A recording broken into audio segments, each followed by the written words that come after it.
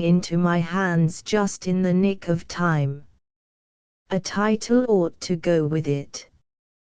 The vibrant energy of the man was back again, the dry humor which, in sunny seasons, quivered about his mouth, was once more there. The mocking incredulity of his words belied the growing look of peace and security in his face. The years seemed slipping from him, bringing him a mellow boyhood. $20,000 isn't exactly a fortune, John. It will buy the place twice over, exulted the man, and we shan't have to start for the West in a prairie schooner right away. Shan't we, Papa? Asked little Jack, in hungry disappointment. But the child's shrill voice had little chance where everybody was speaking at once. Aunt Mary's well, I hope you hang on to this, and not be foolish again, and Cousin Austin's you deserve it, John, and Uncle Howard's well, I am glad. Shake, and several other congratulatory remarks all came at once. The poor old fellow, said John to himself softly, rubbing his hands. I suppose he died out in Oklahoma all alone. How he happened to will this to me, I give up. He didn't like me very well. The very atmosphere of the room had changed. Once more a feeling of quiet pleasure pervaded it. The full sense of home, peace, security came back, with a suggestion of a kettle singing on the hearth, though there was no kettle nearer than the kitchen. But there's Frank. It must have been Alice who suggested this, and a something disturbing, questioning, crept into the air. Frank, said John Wareham suddenly. Why, I'd forgotten all about Frank. We haven't heard of him for more than 15 years or so, have we? More than that, answered Emily. He was in Mexico, the last we knew. He may be living, suggested John. Mexico is always in such a state. I suppose the mails can't be trusted. We ought to find out, said Alice. Uncle John had cast him off, suggested Emily tentatively, anxiously. But he was Uncle John's own son, said Alice, earnestly, compellingly, and wasn't Uncle John in the wrong? Uncle John was a queer customer, said John hastily. He was cranky, no doubt about it, but he wasn't crazy, and if this lawyer's statement is correct, I've got a good legal right to the 20,000, haven't I? Of course you have, said Aunt Mary. But the moral right, whispered Alice. What was the quarrel about, anyway? Asked Austin. Frank's marriage, wasn't it? I never heard much about it. That was part of it, said Aunt Janet. Frank, you know, fell in love with a little country girl whom his father did not want him to marry, but he insisted on having his way, and married her. Good for him, nodded Austin approvingly. Little Jack, glancing from one to another with wide blue eyes, was silently weaving his philosophy of life, and his interpretation of humanity. Religion was mixed up in it in some way, contributed John. Uncle grew to be something of a fanatic, and he wanted them both to believe what he believed, and they wouldn't, or didn't, or couldn't. It was incompatibility of temper all round, I dare say. Frank was a good son, reminded Alice.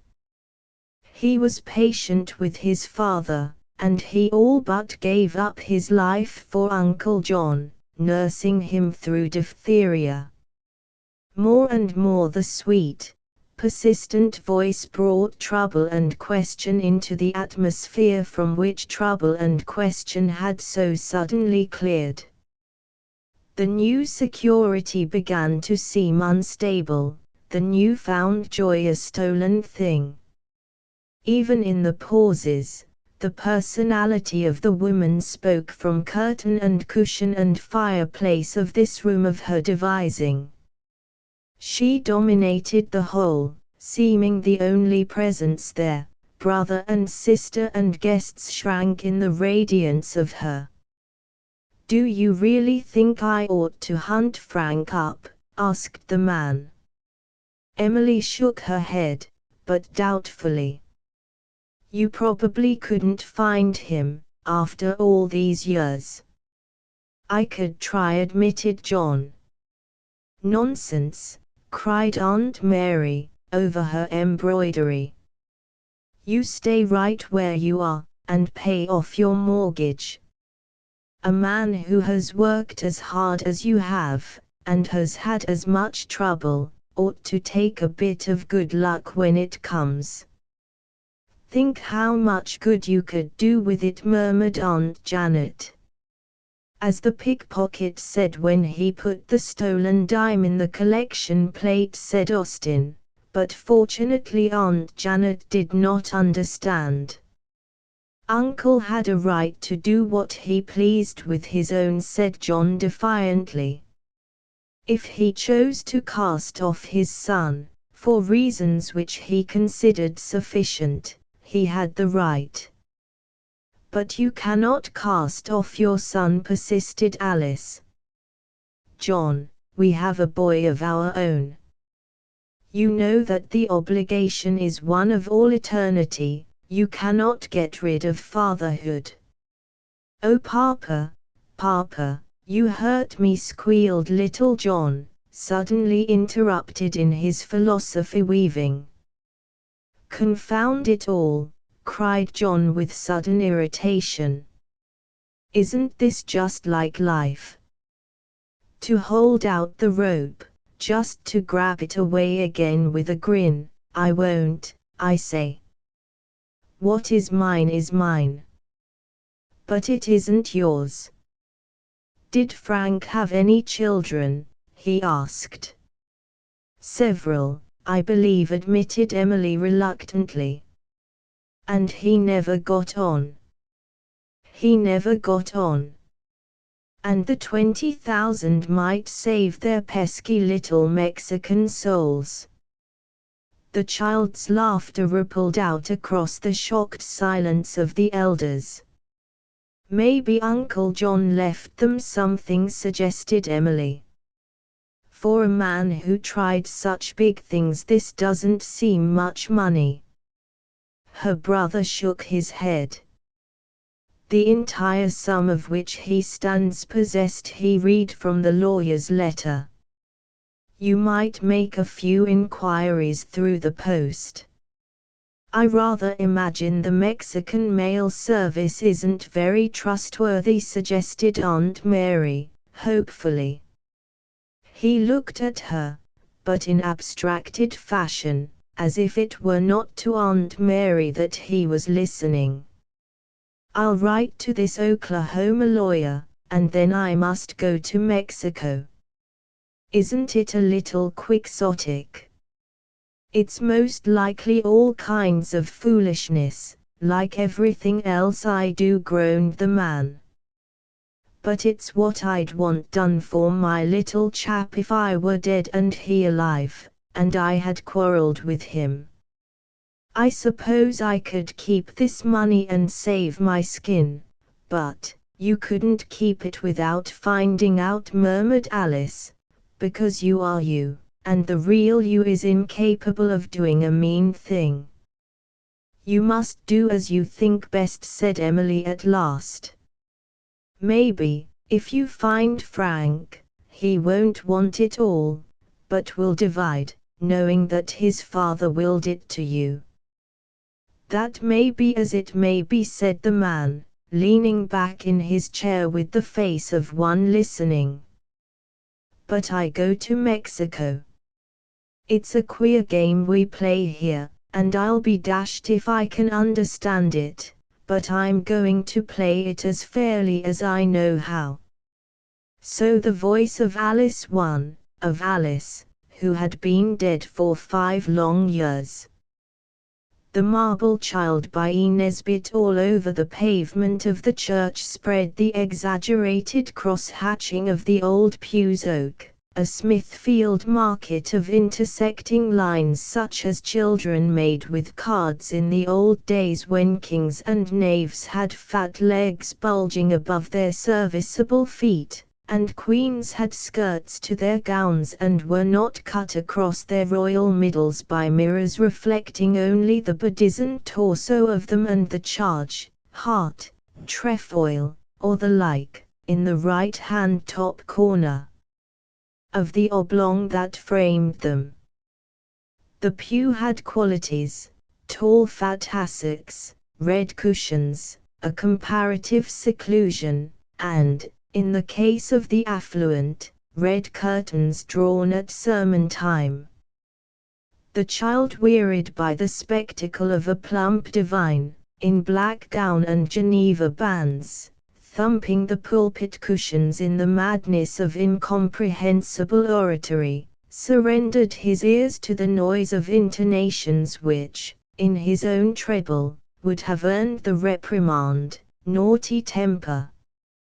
His eyes, however, were, through some oversight of the gods of his universe, still his own.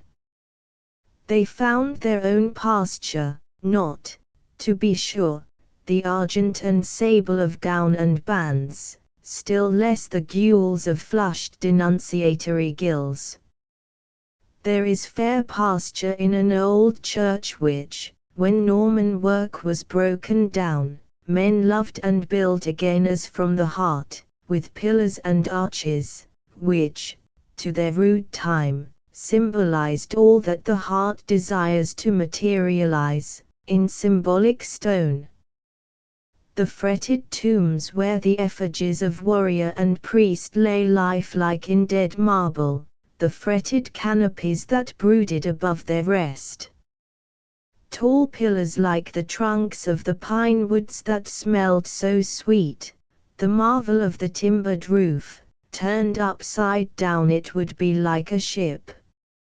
And what could be easier than to turn it upside down? Imagination shrank bashfully from the pulpit already tightly tenanted, but the triforium was plainly and beautifully empty.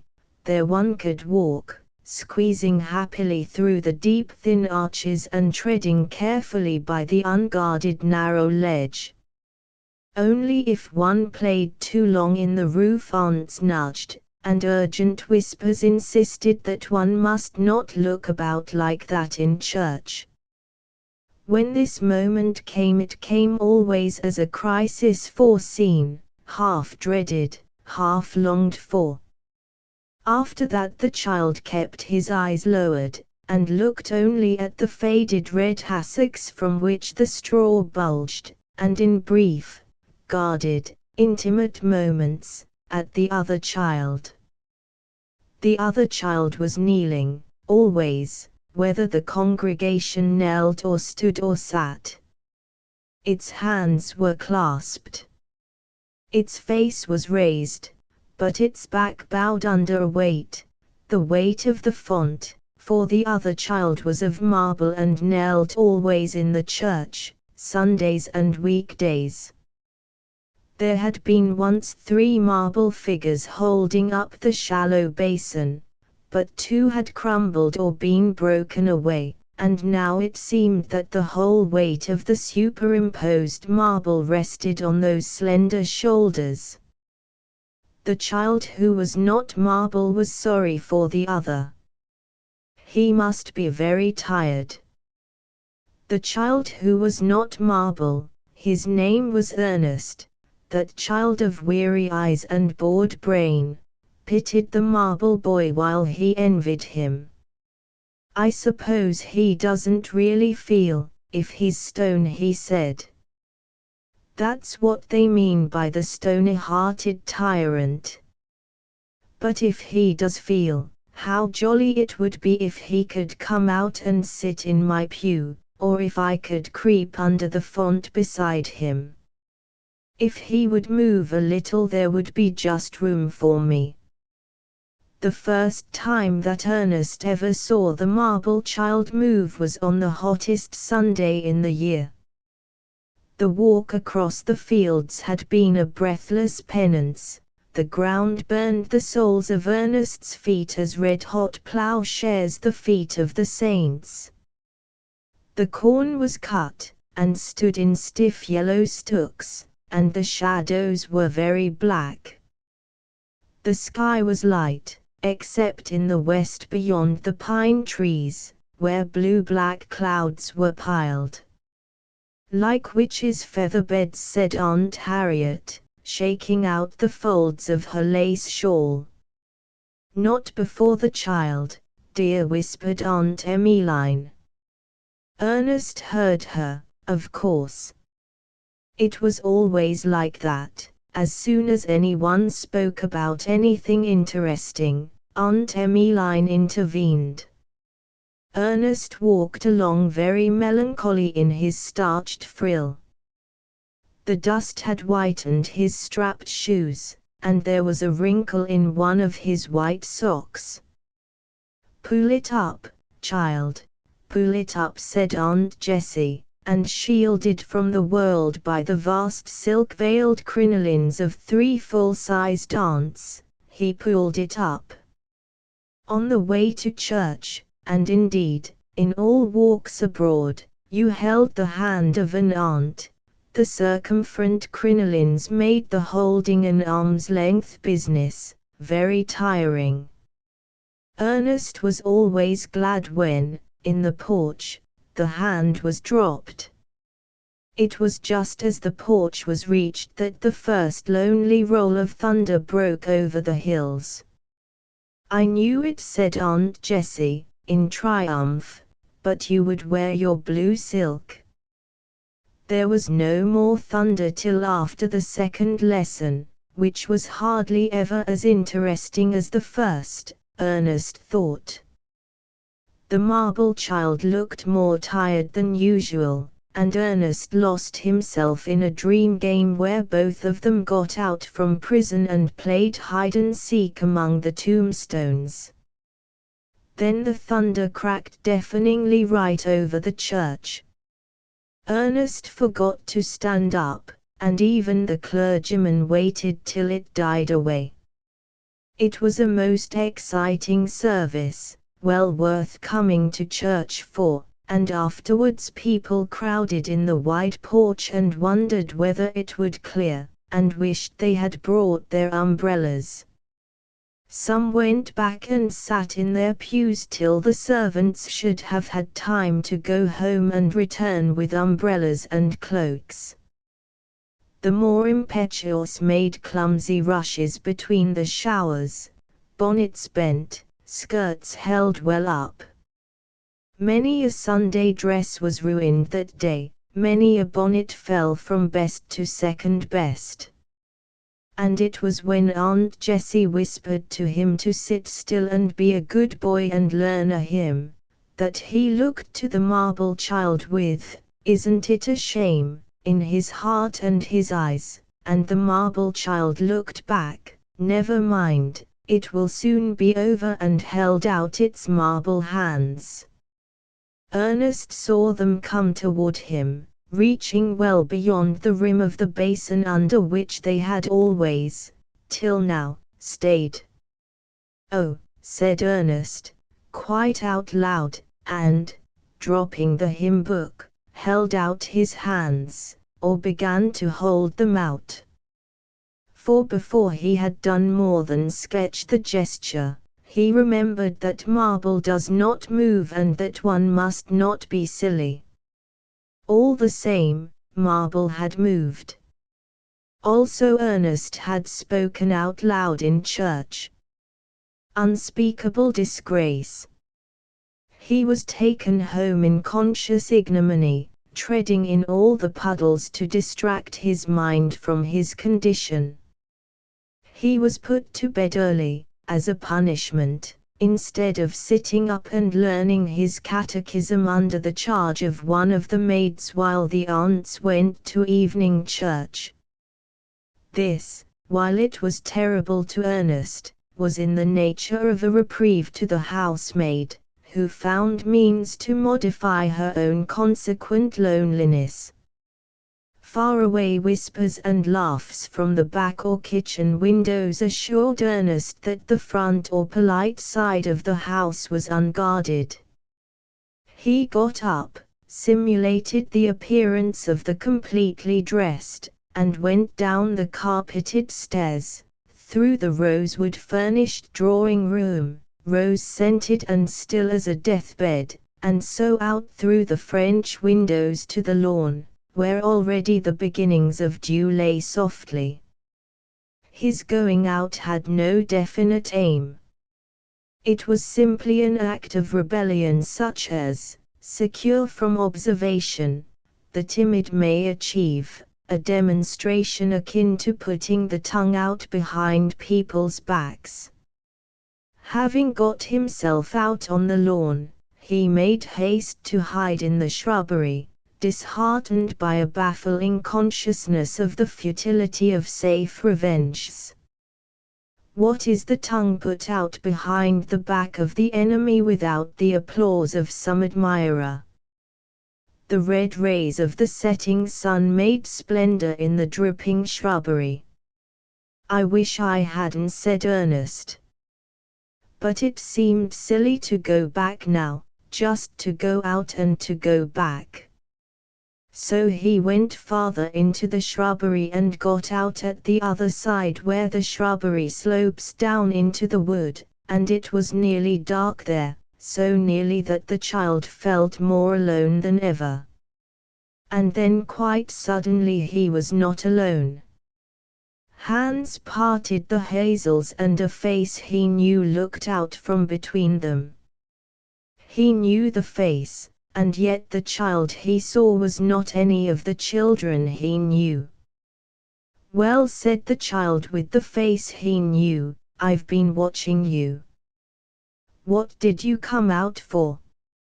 I was put to bed. Do you not like it? Not when it's for punishment. If you'll go back now, said the strange child, I'll come and play with you after you're asleep.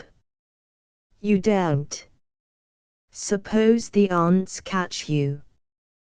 They won't, said the child, shaking its head and laughing. I'll race you to the house. Ernest ran. He won the race. For the other child was not there at all when he reached the house. How odd, he said. But he was tired and there was thunder again and it was beginning to rain, large spots as big as pennies on the step of the French window. So he went back to bed, too sleepy to worry about the question of where he had seen the child before, and only a little disappointed because his revenge had been so brief and inadequate. Then he fell asleep and dreamed that the marble child had crept out from under the font, and that he and it were playing hide-and-seek among the pews in the gallery at church. It was a delightful dream and lasted all night. And when he woke he knew that the child he had seen in the wood in yesterday's last light was the marble child from the church. This did not surprise him as much as it would surprise you. The world where children live is so full of amazing and incredible-looking things that turn out to be quite real. And if Lot's wife could be turned into a pillar of salt, why should not a marble child turn into a real one? It was all quite plain to Ernest, but he did not tell anyone, because he had a feeling that it might not be easy to make it plain to them. "That child doesn't look quite the thing," said Aunt Emmeline at breakfast. "A dose of Gregory's, I think, at 11. Ernest's morning was blighted. "Did you ever take Gregory's powder? It is worse than quinine, worse than senna, worse than anything except castor oil." But Ernest had to take it, in raspberry jam. "And don't make such faces," said Aunt Emmeline, rinsing the spoon at the pantry sink. "You know it's all for your own good." As if the thought that it is for one's own good ever kept anyone from making faces. The aunts were kind in their grown-up crinolined way. But Ernest wanted someone to play with.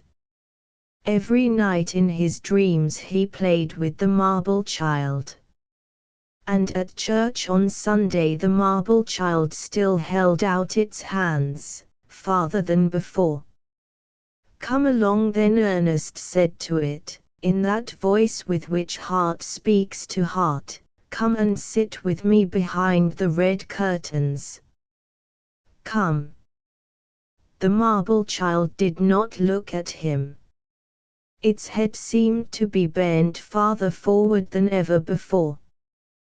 When it came to the second hymn Ernest had an inspiration. All the rest of the churchful, sleepy and suitable, were singing, "The roseate hues of early dawn, the brightness of the day, the crimson of the sunset sky, how fast they fade away." Ernest turned his head towards the marble child and softly mouthed, "You could hardly call it singing, the rosy hues of early dawn, the brightness of the day, come out, come out, come out, come out, come out with me and play." And he pictured the rapture of that moment when the marble child should respond to this appeal, creep out from under the font, and come and sit beside him on the red cushions beyond the red curtains. The aunts would not see, of course. They never saw the things that mattered. No one would see except Ernest. He looked hard at the marble child. "You must come out," he said, and again, "You must come, you must." And the marble child did come. It crept out and came to sit by him, holding his hand. It was a cold hand certainly, but it did not feel like marble. And the next thing he knew, an aunt was shaking him and whispering with fierceness tempered by reverence for the sacred edifice, "Wake up, Ernest. How can you be so naughty?" And the marble child was back in its place under the font. When Ernest looks back on that summer it seems to have thundered every time he went to church. But of course this cannot really have been the case. But it was certainly a very lowering purple-skied day which saw him stealthily start on the adventure of his little life. He was weary of aunts, they were kind yet just, they told him so and he believed them. But their justice was exactly like other people's nagging, and their kindness he did not want at all. He wanted someone to play with. "May we walk up to the churchyard?" was a request at first received graciously as showing a serious spirit. But its reiteration was considered morbid, and his walks took the more dusty direction of the county asylum. His longing for the only child he knew, the marble child, exacerbated by denial, drove him to rebellion. He would run away. He would live with the marble child in the big church porch. They would eat berries from the wood nearby, just as children did in books, and hide there when people came to church. So he watched his opportunity and went quietly out through the French window, skirted the side of the house where all the windows were blank because of the old window tax, took the narrow strip of lawn at a breathless run, and found safe cover among the rhododendrons. The church door was locked, of course, but he knew where there was a broken pane in the vestry window, and his eye had marked the lopsided tombstone underneath it. By climbing upon that and getting a knee in the carved waterspout, he did it, got his hand through, turned the catch of the window, and fell through upon the dusty table of the vestry. The door was ajar and he passed into the empty church. It seemed very large and grey now that he had it to himself. His feet made a loud echoing noise that was disconcerting. He had meant to call out, "Here I am." But in the face of these echoes he could not. He found the marble child, its head bent more than ever, its hands reaching out quite beyond the edge of the font, and when he was quite close he whispered, "Here I am. Come and play." But his voice trembled a little. The marble child was so plainly marble. And yet it had not always been marble. He was not sure. "Yet, I am sure," he said. "You did talk to me in the shrubbery, didn't you?" But the marble child did not move or speak. "You did come and hold my hand last Sunday," he said, a little louder. And only the empty echoes answered him. "Come out," he said then, almost afraid now of the church's insistent silence. "I've come to live with you altogether. Come out of your marble, do come out." He reached up to stroke the marble cheek. A sound thrilled him, a loud everyday sound. The big key turning in the lock of the south door. The aunts. "Now they'll take me back," said Ernest, "you might have come." But it was not the aunts. It was the old pew opener, come to scrub the chancel. She came slowly in with pail and brush. The pail slopped a little water onto the floor close to Ernest as she passed him, not seeing. Then the marble child moved, turned toward Ernest with speaking lips and eyes that saw. "You can stay with me forever if you like," it said, "but you'll have to see things happen." "I have seen things happen." "What sort of things?" Ernest asked. "Terrible things." "What things shall I have to see?" The marble child moved a free arm to point to the old woman on the chancel steps, "And your aunt who will be here presently, looking for you. Do you hear the thunder? Presently the lightning will strike the church. It won't hurt us, but it will fall on them." Ernest remembered in a flash how kind Aunt Emmeline had been when he was ill, how Aunt Jessie had given him his chessmen, and Aunt Harriet had taught him how to make paper rosettes for picture frames. "I must go and tell them," he said. "If you go, you'll never see me again," said the marble child, and put its arms round his neck. "Can't I come back to you when I've told them?" Ernest asked, returning the embrace. "There will be no coming back," said the marble child. "But I want you. I love you best of everybody in the world," Ernest said. "I know. I'll stay with you," said Ernest.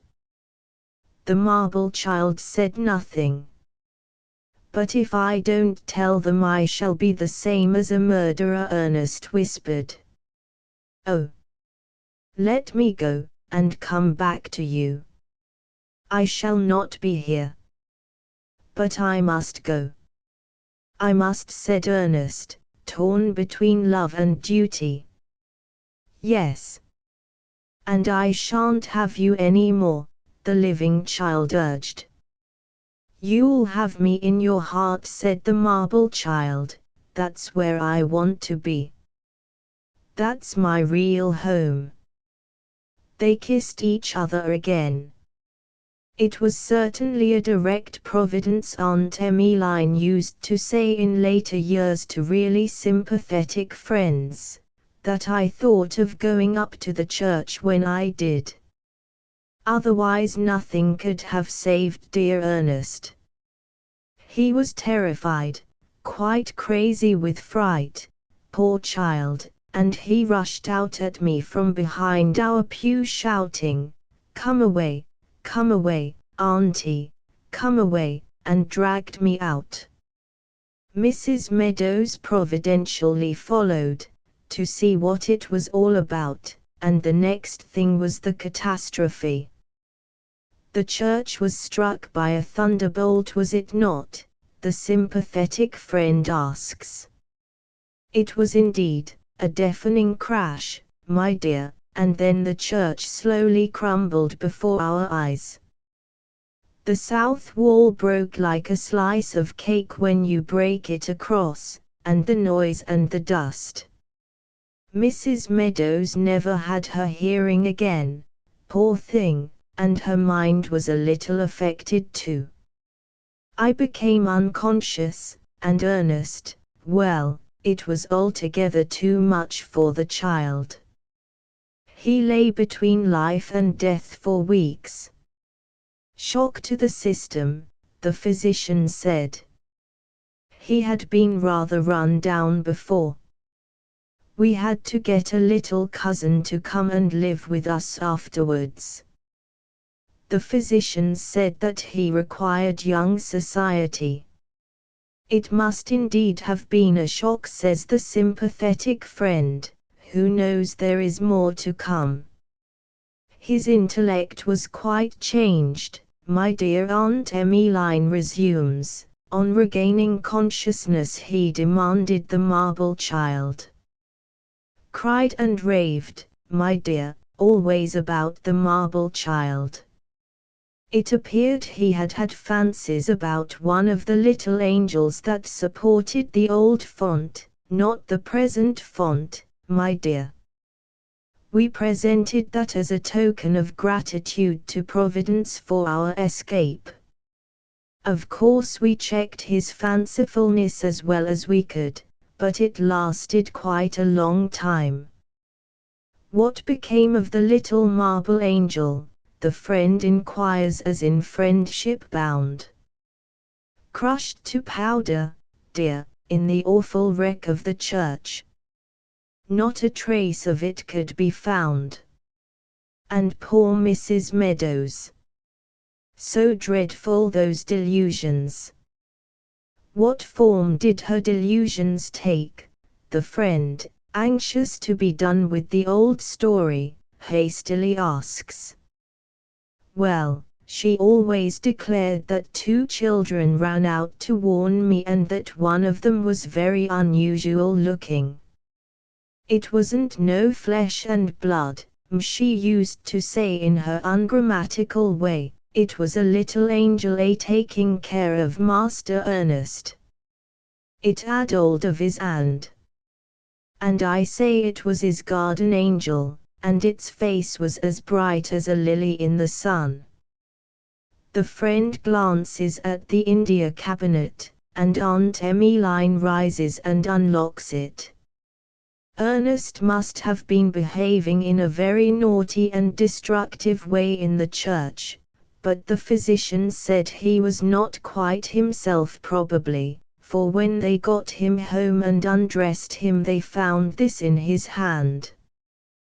Then the sympathizing friend polishes her glasses and looks, not for the first time, at the relic from the drawer of the India cabinet. It is a white marble finger. Thus flow the reminiscences of Aunt Emmeline. The memories of Ernest run as this tale runs.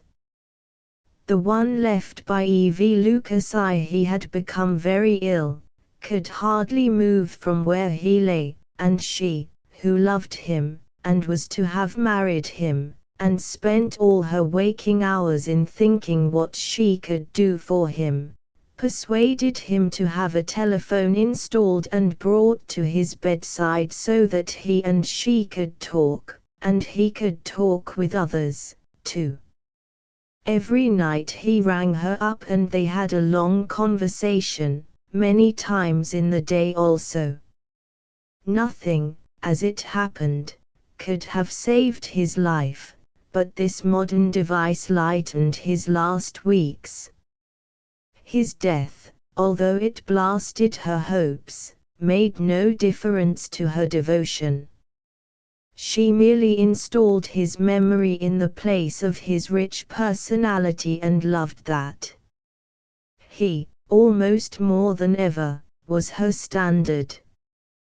What he would have liked, she did; what he would have disliked, she left undone. Although dead, he swayed her utterly, and under his dominion she was equable and gentle, although broken at heart. She took all things as they came, since how could anything matter now that everything that mattered was over? One perplexity only had power to trouble her, and that was the wonder, the amazement, the horror, not only that so much knowledge and kindliness and sympathy and all that made for the world's good and happiness should be so wantonly extinguished, but that no touch of the vanished hand should be permitted to the one soul, now left behind, with whom his soul had been fused. This she could neither understand nor forgive. Religious she had never been in the ordinary sense, although such religion as must sway a true idealistic lover was hers, but now she broke even from such slender ties as had held her to orthodoxy. She threw off the creed of her parents as naturally and simply as if it were a borrowed garment, and sank into her sorrow, which was also her joy, without another thought of here or hereafter. So it went on for a year or so, during which time his house had remained empty, save for a caretaker, for she, who was rich, could not bear that anyone else should live there, and his room exactly as he had died in it. One evening she dined out. Her next neighbor on one side was a young American engineer, and in their conversation they came in time to the topic of invention and the curious aptitude for inventiveness shown by the American race. It was a case, said the engineer, of supply following demand. All Americans required time and labor-saving appliances, and they obtained them. Where servants abounded and there was no servant problem, as in England and on the continent, the need for such contrivances was not acute. And so on. The conversation thus begun reached at last specific inventions, and the engineer told of a remarkable one which had come under his notice just before he left New York. "You will probably not believe me," he said. "The thing sounds incredible, but then who would have believed once that there could be a telegraph, and still less a telephone? Who would have believed that the camera would ever be anything but a dream? I will tell you what this is. It is a machine in which you insert a portion, no matter how small, of a telephone wire, and by turning a handle you compel this piece of wire to give back every message that has ever passed over it. She held her heart. This really exists, she forced herself to ask. Actually, said the engineer.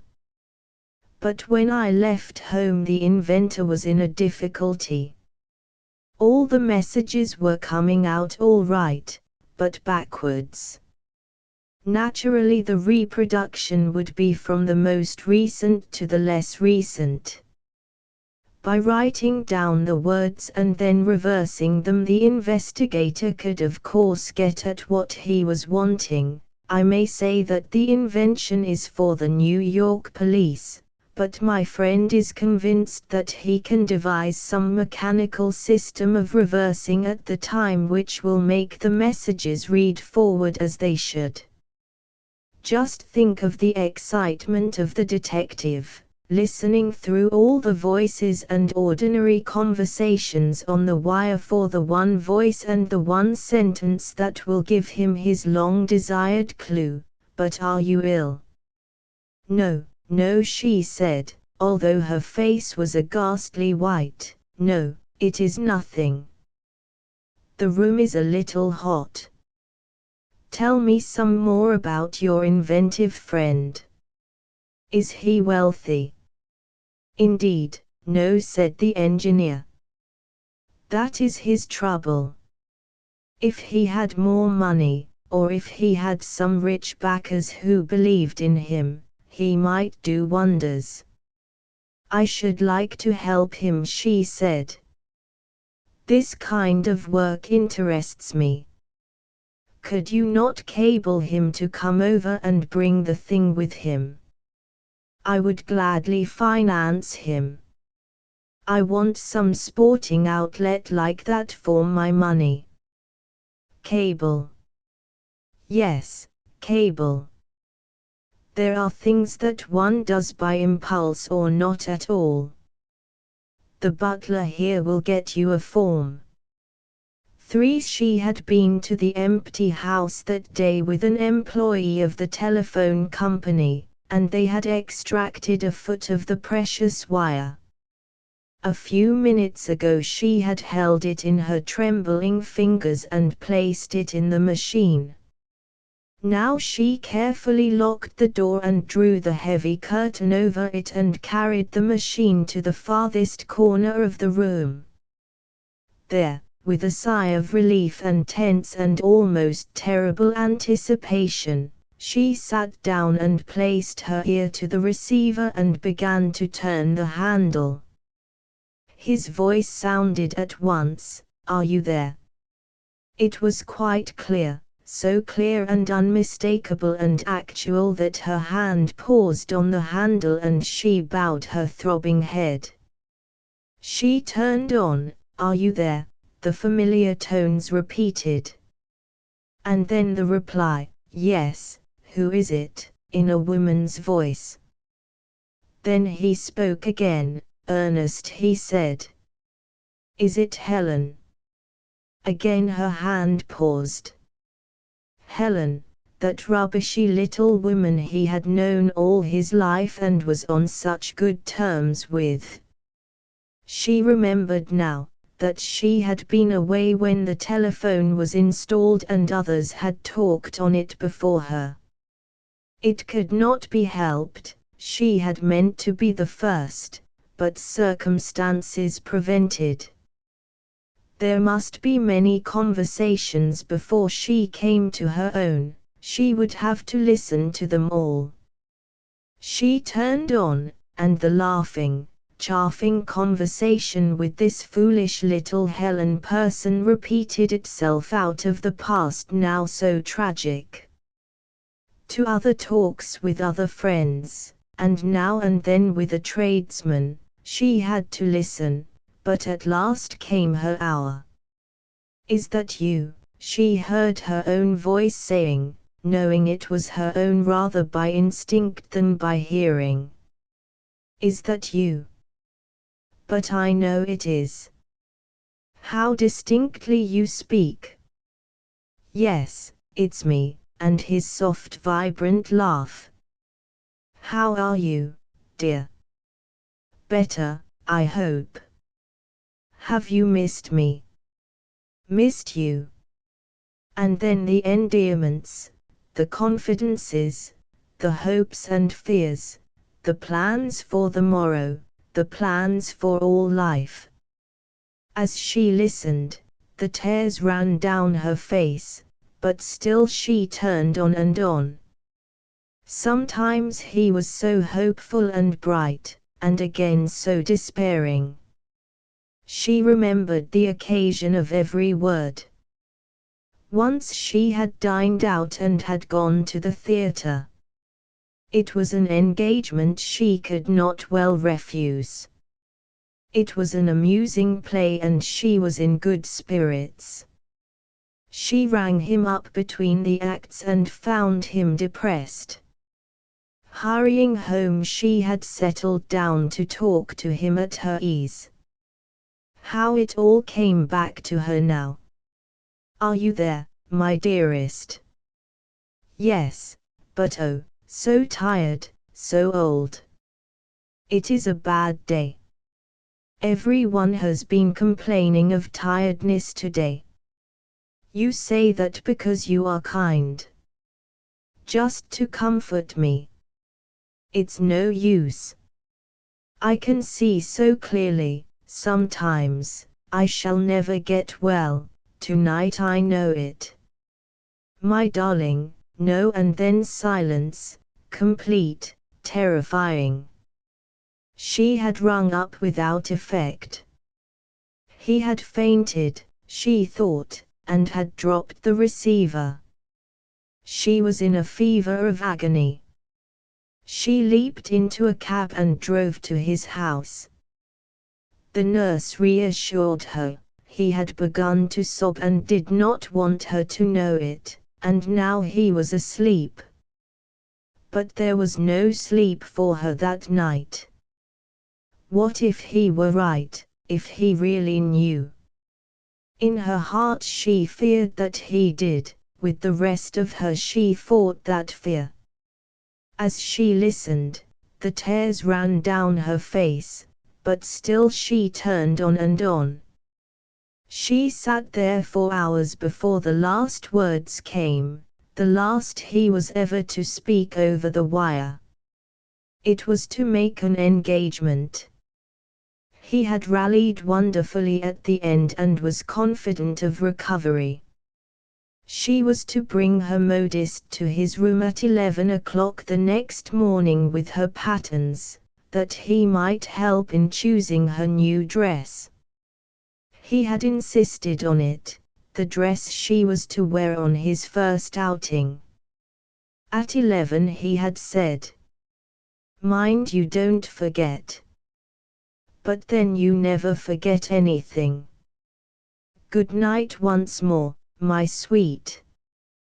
Good night. She had never seen him again alive. He died before the morning. She put the machine away and looked out of the window. The sun had risen. The sky was on fire with the promise of a beautiful day. Worn out, she fell asleep, to wake, to what? To such awakening as there is for those who never forget anything. For every night found her bending over the machine. She had learned now when not to listen. She had timed the reproduction absolutely, and watch in hand she waited until the other messages were done, and her own voice began. There was no condensing possible. One must either each time have every conversation or stop it. But how could she stop it before the end? Locking the door and drawing the heavy curtain, she would sit down in the far corner and begin to turn. She knew just how fast to turn for others, so slowly for herself. When the watch gave her the signal she would begin to listen. Is that you? Is that you? But I know it is. How distinctly you speak. Yes, it's me, and the soft vibrant laugh. "How are you, dear?" "Better, I hope." "Have you missed me?" "Missed you?" The Legacy of Richard Hughes by Margaret Linney. Rachel Marquise paused a moment with her hand on the library door. She had had John placed in here because it was the room she herself loved best, and she knew that it was here she would prefer to sit beside him in these last hours of waiting. Yet she had hesitated to come down, and even now, with her hand on the doorknob, she lingered again to re-strengthen herself before entering. The very unusualness of an unfamiliar sight in the familiar room would add, she knew, to the sharp strangeness of the whole event. She almost hoped, as she waited this moment, for another practical duty of some sort, which would postpone again her entrance to the room. But no sound came from any part of the silenced house, and she opened the door and entered. The long casket stood awkwardly across the blank fireplace, for she had chosen to give no direction to the undertaker and he had followed his own professional judgment. Everything was arranged, however, with a sort of intention which indicated the intrusion of the professional into the private. In spite of the stronger feeling of the moment, Rachel Marquise noticed this, with sharp disapproval.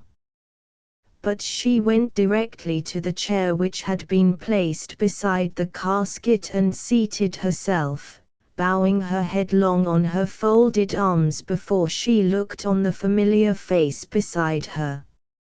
It was now only 24 hours since the strange accident had happened, and she had not yet adjusted herself, even so far as to determine her fundamental emotion. It was grief, of course, but the kind or degree of that grief was still undefined. The hours since they had brought him home had been so full of the unfamiliar practical things which arise at such a time, of the sudden necessities and small perplexities which muddle and chafe sorrow, that there had been scarcely a moment for her to look consciously at the great fact. Even now, as she covered her eyes, to be the more alone with herself, she felt rather a welcoming of momentary inactivity, than the relaxation of grief. She realized, with a sort of pang of disapproval, that she did not need to relax from any tension of anguish. She did not know what she wished to say to herself in this communion. She was sorry, bitterly sorry, but what elements went into the making of that grief, she could not yet tell.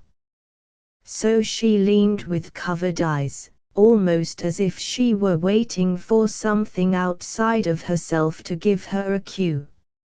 As the minutes passed, however, the great simple fact that John was dead and that his place beside her would now be empty, engrossed all supplementary feelings, and her genuine regret had its way.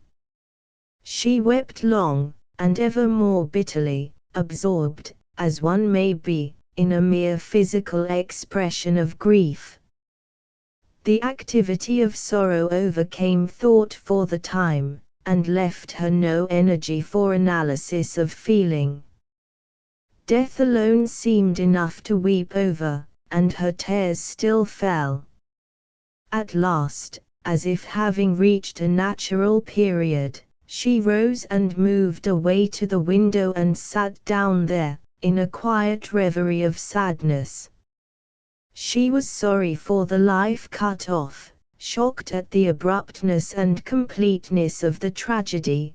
John himself, she was sure, the assertive, energizing John, would have hated this sudden subduing of himself, and she sympathized with such revolt, sorry for it all. As she thought, she looked gravely out across the garden, the gay stretch to which John had given so much time. She had never understood his devotion to that garden. He had not been ready to spend money on things to give aesthetic pleasure in the house, although in practical matters he had been willing enough to make outlays, ever since his business had been secure. She thought of their new car, of the signs of prosperity in their living. "Poor John," she said at last with a deep sigh, when, aware of the nodding line of rare dahlias on which her eyes were resting, she thought of all the pains he had taken in the propagation and selection of them. She had come to recognize this lavishness of care and money as a sort of blind expression of the one aesthetic element in his nature, and had felt a quiet approval of it. "Poor John," she sighed again, and turned from the window to go. But even as she did so, the simplicity of her mood passed, and the old complexity of feeling returned with a keenness which was for the moment bewildering. As she left the window, the long black shape across the fireplace confronted her again, and she paused, startled anew. It was so strange and so tremendous a thing in her room. For the library was, above everything else in the world, hers. It was such a room as shows it has been taking on character through succeeding decades, cumulative of its type, slowly drawing to itself an atmosphere of fineness and greatness.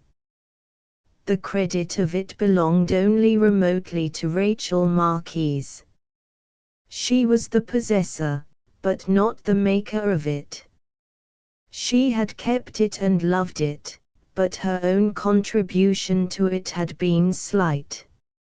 A few shelves of new books not yet mellowed down to the tone of the others, standing as if waiting to be proved, and a bit of renewing of texture here and there, whose freshness showed need of the softening of time, were the only marks of her hand or taste. But it was such a room as any lover of the long effects of books would cherish. In the midst of its harmonies, the heavy black box undoubtedly looked harsh and intrusive. Rachel recognized, as a sort of confidence with herself, that bringing it here was an invasion. Because she loved the room herself, she had placed John here, without thought of the inappropriateness of the act. But now the incongruity of the choice struck her. Why should he be brought here, she thought pitifully, to the room he never frequented, where she scarcely welcomed him, she acknowledged. Why should she sit beside him here, when she had so seldom done so before? She remembered very well the manner with which he occasionally sought her here, tentative, unfamiliar, and yet assertive. She had resented every element of that manner. Anywhere else in the house he was more nearly himself, here everything she did not desire in him was accentuated. It had been, she thought, with an instinctive desire to do the best for him in every way, that she had directed that he should be placed here, just as she had ordered everything of the choicest and had given her most careful attention and taste to every detail. But this thought had been a failure. "Poor John," she said gently once more, with a pity in her thought all the greater for this very incongruity, as she came over and stood beside him. But as her eyes rested on his face, she felt almost compelled to withdraw the phrase. The dead man seemed to allow no such pity. The unfamiliar in the familiar, which is stranger than a new thing, held her startled attention as she looked. She had thought that she knew John Marquis to the last shred of his character, but death seemed to have laid a fineness she had never known over the stubbornness and taciturnity of the face. The dignity of the last great experience of his life seemed to mark him. He seemed to be gathering himself away from her pitying kindness. Very soon she went out again and closed the door. When Richard Hughes, the last of his family, left his mother's old home to John and Rachel Marquis, no one had wondered.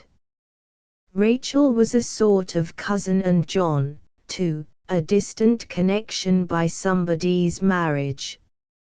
And they lived in the town, and nothing was more natural than that he should give them a home there, and whatever else he had to leave. What no one knew but Rachel was that Richard Hughes had wished to marry her, and that she had refused him and chosen John Marquis instead. Richard Hughes, 15 years her senior, quiet and inexpressive, shut in with books and remote from life, was far less to her mind than John Marquis, who was of her own generation, with whom she went to parties and talked the light talk of youth, and had 1,000 things in common, as she thought. John was bright and jolly, and played tennis and danced with her and took her out in a canoe, and was sweet-tempered and loved to laugh, and between times talked seriously about the business he was starting and the money he expected to make. John belonged to the whole format of her life at that time, and it was perfectly natural to choose to marry him, with the expectation that life would go on as she and John had both known it and liked it in other homes, comfortable, sensible, ambitious of practical things, real, as their kind would call it. It seemed an impossible thing for her not to marry John. In the first years of their marriage she was proud of coming quickly to understand John's business. She was proud of her management and her well-timed economies, proud that John could talk affairs over with her with satisfaction, that she was beginning to take the place her mother and other successful women had taken in practical life. But after 2 or 3 years had passed, the space taken by practical things in her life began to shrink. Her familiarity with them detracted from their interest and allowed her to dispose of them more readily. She began to feel a restlessness which called for new interests. At the same time John's affairs were not prospering. Difficulties he could not manage hampered him. All Rachel's advice and economies were of little help among the inevitable conditions of the time. She was becoming tired of the continual effort to acquire, and impatient of the atmosphere of practical things. But she made a show of readiness when he suggested that they give up the cheerful modern home they had fitted about themselves, with the conventions of comfort and the furnishings and decorations to which they had been adapted. It was just at this time that Richard Hughes left them his home and the little money he owned. Nothing could have been more opportune for them. Whatever other feelings John may have had were absorbed in sheer relief at the assistance the bequest brought him. The money, with that from the sale of their own house, tided him over his difficulties and even helped to develop his business further. Rachel concealed her reluctance at moving into the out-of-date old house with its antiquated furnishings, and made a show of welcoming their fortune as a good partner should. She could hardly tell when her consciousness of the house began to have its influence upon her. From the first, John, absorbed in business, left all practical things to her, feeling that the house was more hers than his anyway. She, in a mood of vague compunction and desire to compensate for she hardly knew what, made it a point of honor to dispose of all their own furniture, chosen with such satisfaction and complacency, and settled among the dull tones and quiet spaces of the old house. "Gay old place, isn't it?" said John, walking through the house after they were established. Rachel assented with a cheerful smile. "Oh, well," he went on, settling down with his trade journals, which looked sadly out of place in the dim library, "we can stand it for a while. Some time we can have what we want again." It was months before he recurred to the subject directly. Then, one Sunday, he looked about him as he sat stretched in an old easy chair, and said abruptly, "We are getting pretty well settled down here. I didn't think the old place would be so comfortable." "It is more than comfortable," said Rachel quietly. "I wonder why Richard ever left it to us. Have you ever figured it out?" "Oh, he had no nearer relatives that he knew." Rachel tried to speak in a matter-of-fact way, but instead she hesitated and flushed a little. John looked at her closely. "Do you know any other reason?" he asked curiously. Rachel hesitated again.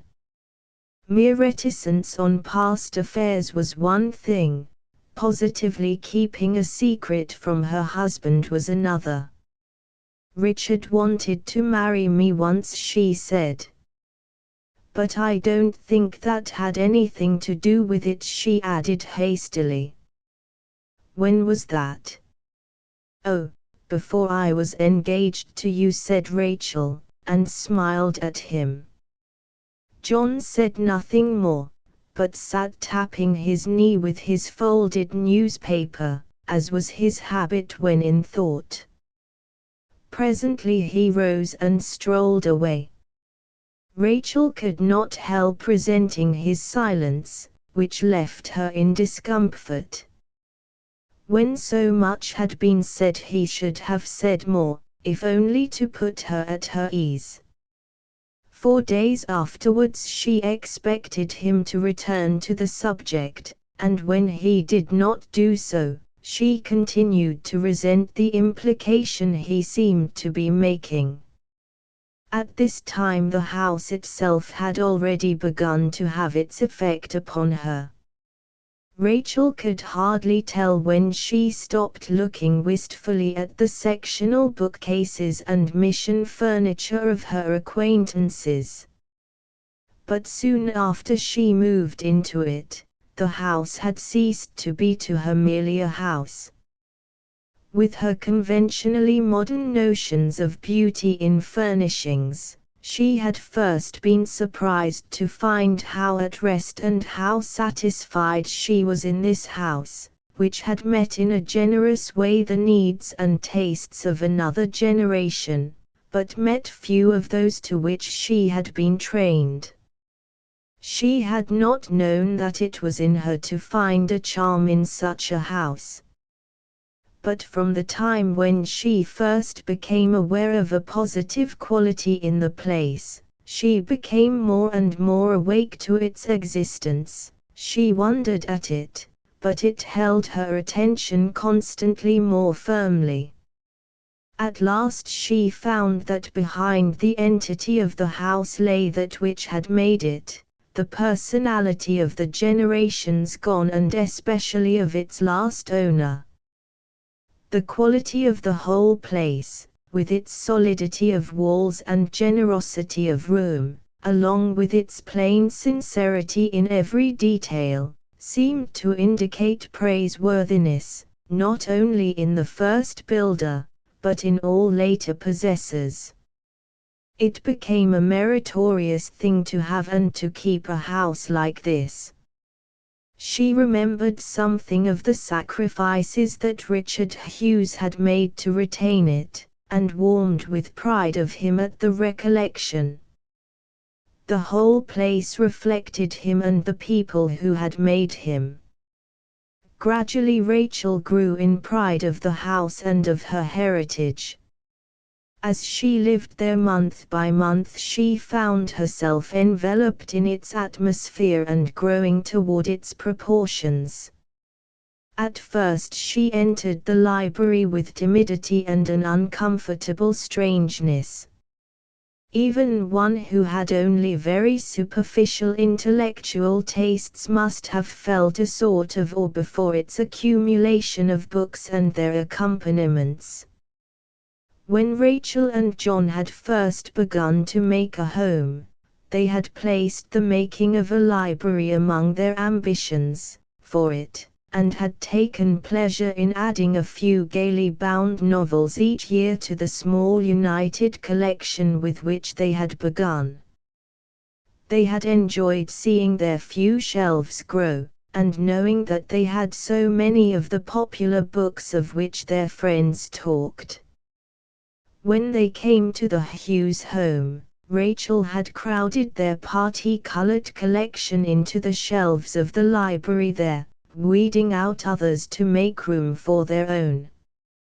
But on a later day, as she re-entered the room, she felt a shock at the incongruity presented and, to John's puzzlement, gathered their own books into a corner by themselves where a curtain safely hid them. Their garish triviality had no place among these mellowed, long-tried volumes. John, however, had looked the old volumes over and pronounced them a dry lot, give him something fresher. But Rachel perceived that there had been something in the choosing of these books which she had never really known. To her, books had been an accessory, an incidental thing, hypothetically an enrichment of life, but not an essential. She had thought of intellectual exercise as an intermittent thing, to be taken up or laid down as suited the mood of the time. But here was a people who chose books not merely as a desirable possession, an ornamental furnishing, but as an unquestioned necessity. Gradually, as she continued to handle and to know their books, she evoked for herself the earlier presences of the house, most of all Richard Hughes. In the long hours which she now spent alone about the house, she found herself living more constantly in a companionship with those minds. They were not only an atmosphere, but sometimes almost a positive presence. It entertained her to go over the books one by one, sometimes, deciding who had chosen this one and that one, and for what reason, and picturing the occasion of its coming to his hand. As her knowledge of the library grew, she took more and more pleasure in this, tracing the taste of one owner or another in the recurrence of a subject or in successive accretions. She, as she learned, glowed over her collection of first editions of modern works, since they had been chosen, not as first editions, but, in their own time, as works for which an appreciative hand was eagerly waiting. And since Richard Hughes was the only one of her predecessors in the library whom she had known, she found herself embodying all the others in him. She knew him now better than she had ever known him. She could detect his additions to the treasures of the house, and, as her own knowledge increased, could trace his using of the resources which had been handed down to him. She began to take pleasure in following what she thought had been his path in taste and knowledge, gradually matching her mind to his own. Her pride in the room went through successive stages. In her first days of satisfaction in mere proprietorship of so respectable and worthy a possession, she took pleasure in unostentatious exhibition of it. She liked to take guests there, in a natural sort of way, and to be found sitting there, by unexpected callers. She liked the eminently admirable background of the rows of books, for social episodes. But as her knowledge of the library grew, that stage passed. As she went from familiarity to intimacy, she began to desire that it should be an exclusive intimacy. She no longer took callers to the room, and when familiar acquaintances found their way there, she was uneasy at their handling of the books and impatient of their discussion of them. She now seldom spontaneously took strangers there. In time she had come to group John with all the others. The only companionship that she desired in the library was an imagined one.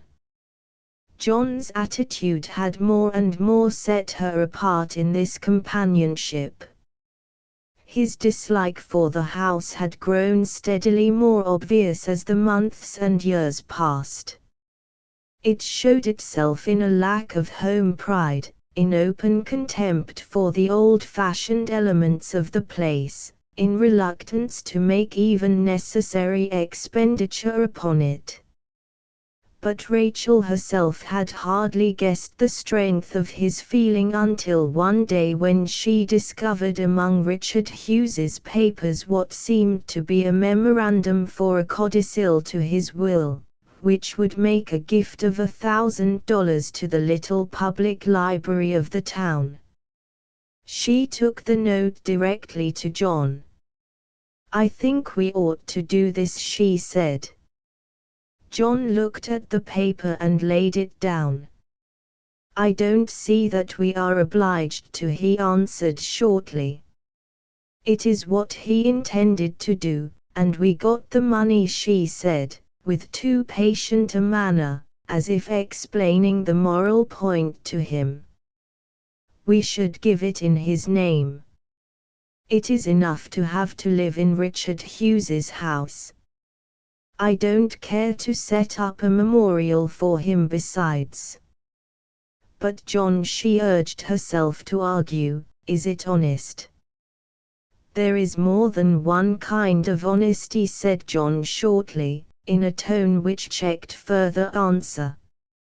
"I can't afford it," he added after a moment, as the final word. She left him in an anger which it seemed to her she would feel all her life. But gradually it became less an active feeling than a part of all her unformulated opinion of him. He had not followed her a single step in the development which had resulted from her awakening to the spirit of the house. In time he came to ignore the library altogether as part of the house, and by degrees fitted up an incongruous little lounging place upstairs. Rachel came to regard his whole attitude toward the place and the man who had owned it as belonging to his mental and aesthetic plane. His jealous ingratitude seemed not a separate feeling, but only an element in his character. Richard Hughes, she now understood very well, had known her very little, and had loved only her prettiness and light girlishness, charms which were different from anything in his own life. The recollection of that episode did not flatter her now, or even afford her any special gratification. But she loved to live side by side with the embodiment she had recreated for herself, and was proud to feel her spirit matching its spirit. She sometimes felt, with her growing imagination, that she was living in the house, not with John, but with these presences of the past, most of all with Richard Hughes. But in the meantime the matter of the bequest assumed for her constantly greater proportions. After some time had passed she ventured to mention it again. He answered as before, "I can't afford it." She knew that he could afford it. About the same time he bought a strip of ground lying beside them and began his garden. Rachel suggested that he take a piece of their own grounds, but he bluntly rejected the proposal. A growing taciturnity marked his manner, and often a wilful crudeness of phrase and speech, which annoyed her almost to the point of reproof. So far as was possible, however, she kept the recognition of all this far in the background of her thought and forbore any conscious criticism of him, even to herself. But her warmest feeling for him was tinged with pity. Yesterday he had been taken. This accident, sudden as a lightning flash and more unforeseen, had ended the relation between them, though not the puzzle. Rachel had never been one to revise her opinion of a man because he was dead. Her tears had fallen now, but she had no compunctious self-deception, and her long-framed feelings were only complicated, not really altered. She saw as clearly as ever the incongruity of her husband's presence in this room where Richard Hughes had had his life, and where she now had her own. 3. All waited for the coming of John's brother, David Marquis. David was an elder brother, retired from business on some pretext or other, now loitering his way profitably and pleasantly through the later half of his life.